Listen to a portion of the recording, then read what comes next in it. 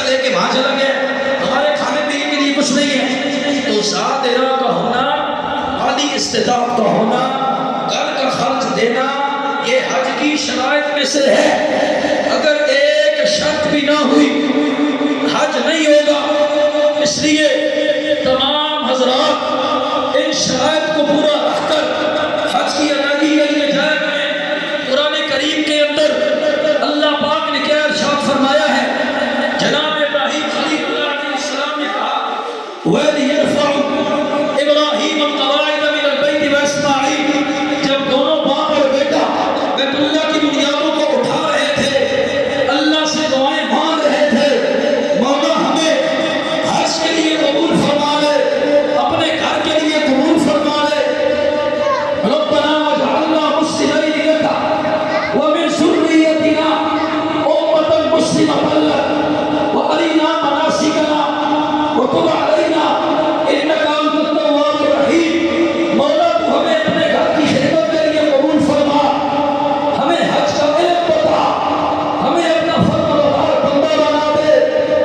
میرے رب نے اپنے پیارے حبیب کی دعاؤں کو قبول کرتے ہوئے حج جیسی عبادت کو جناب ابراہیم خلیل اللہ علیہ السلام کے خاندان کے ساتھ منسوب کر کے بتا دیا کہ رہتی دنیا تک یہ پیغام رہے گا، حج جیسی عبادت اگر میں نے تمہیں دی ہے تو وہ جناب ابراہیم خلیل اللہ علیہ السلام کی وجہ سے دی ہے۔ آپ کو حج جیسی عبادت دی گئی، اور پھر اللہ نے کہا ابراہیم تو ایسا کر، لوگوں کو حج کی دعوت دے۔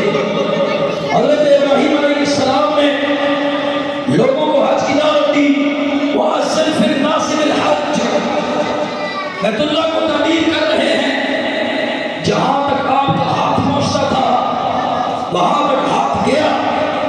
اس کے بعد کہا مولا اس سے اوپر میرا ہاتھ نہیں جا رہا، اب میں کیا کروں؟ اللہ نے کہا سامنے پتھر پڑا ہے، اس پتھر پہ کھڑے ہو جاؤ، اس پتھر پہ کھڑا ہونا تیرا کام ہوگا، قیامت کی صبح تک اس پتھر کو گواہ بنانا میرا کام ہوگا۔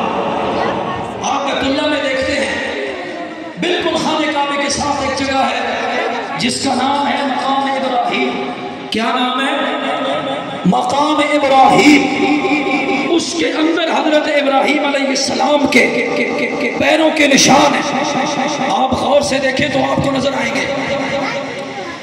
تو مجھے کہنے کا حق حاصل ہے جس پتھر پر جناب ابراہیم خلیل اللہ علیہ السلام کے قدم آئے، میرے رب نے اس پتھر کو کہا وَاتَّخِذُوا مِن مَقَامِ إِبْرَاهِيمَ مُصَلَّى، اس پر وہاں پر مصلی بچھانے کا حکم ہو گیا۔